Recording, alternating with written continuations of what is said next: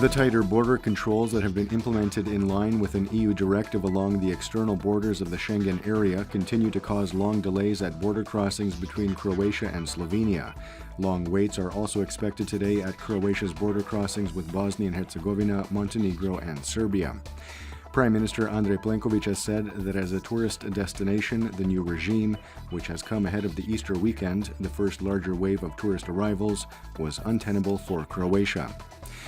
Commenting on the border issue today, Croatian member of European Parliament Dubravka Šuica of the HDZ noted that Croatian MEPs had already submitted a request to the heads of European institutions in which they call for relaxed border controls at crossings from between Croatia and the Schengen area.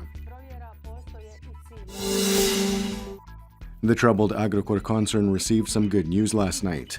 Government-appointed Special Commissioner Ante Ramljak announced that 4 banks operating in Croatia had agreed to provide the company with an €80 million loan in a bid to keep the concern and its subsidiaries operating.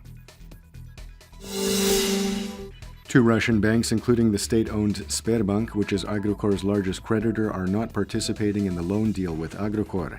The banks are still in negotiations with Agrokor for an additional €70 million loan. However, they have set some conditions for this to go through.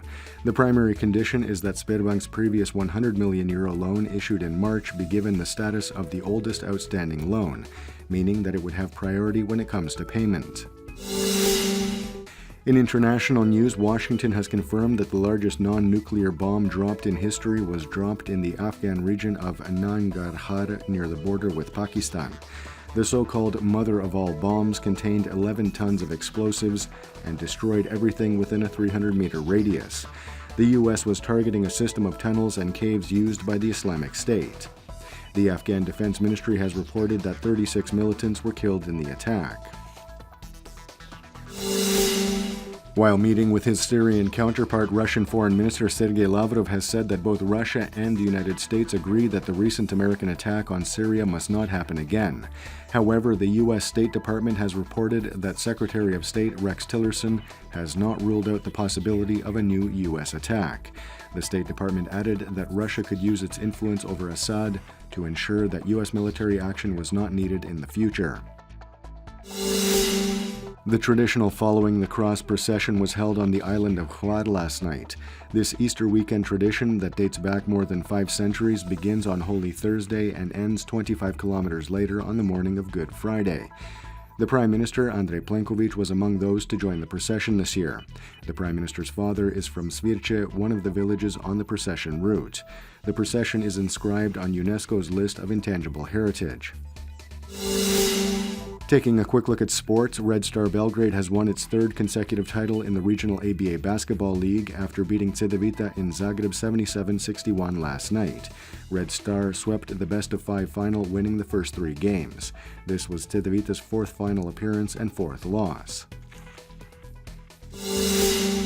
And now the forecast for the remainder of the day. Predominantly sunny on the coast, partly sunny in the interior. There is a slight chance of some rain in mountainous regions.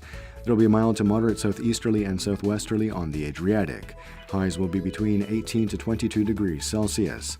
The 3-day forecast for the interior calls for variable and unstable weather with intermittent rain and thunderstorms. Expect colder temperatures. The coast will see partly sunny skies on Saturday, followed by increased cloud cover and rain. Easter Monday could see a gale-forced northeasterly at the foot of the Velebit Mountain.